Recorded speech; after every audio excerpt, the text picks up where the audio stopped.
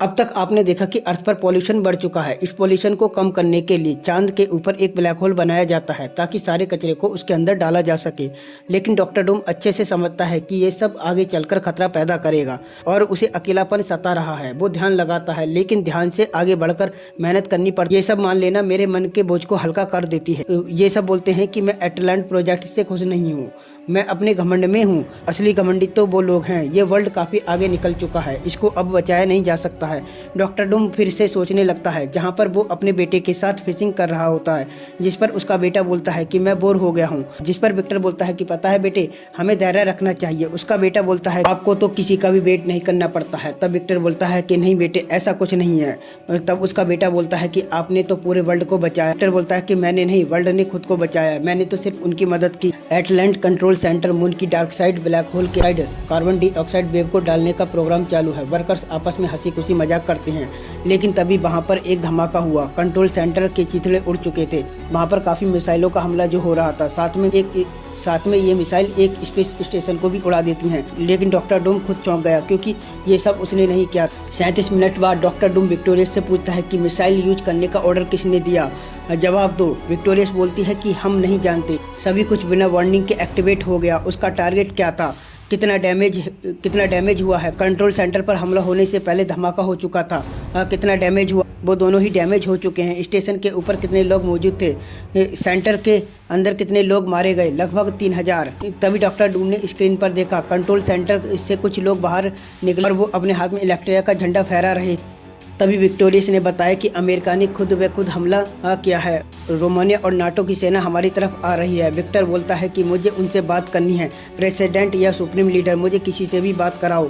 तभी जनरल बताता है कि हमारी तरफ मिसाइलें फेंकी जा रही हैं। डॉक्टर डूम बोलता है कि डिफेंस सिस्टम का इस्तेमाल करो।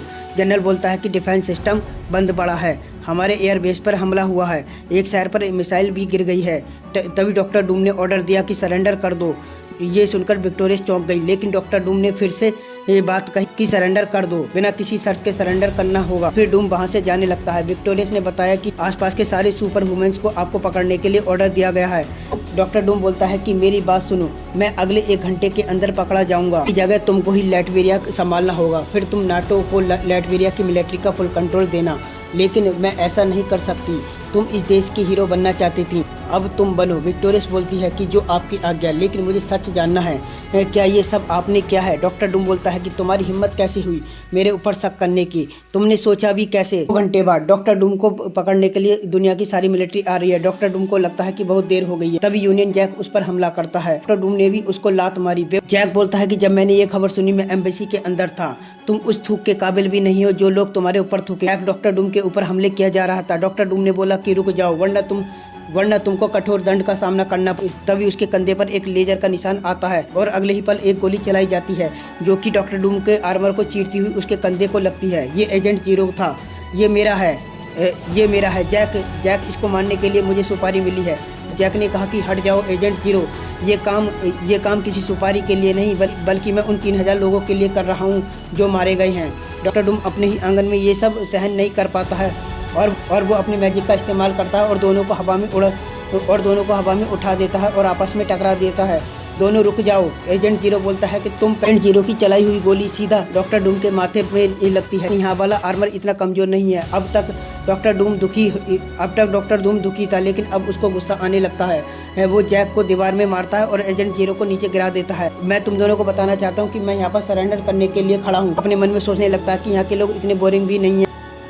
डॉक्टर डूम अपने मन में सोचने लगता है कि यहाँ के लोग इतने भी बोरिंग नहीं हो सकते।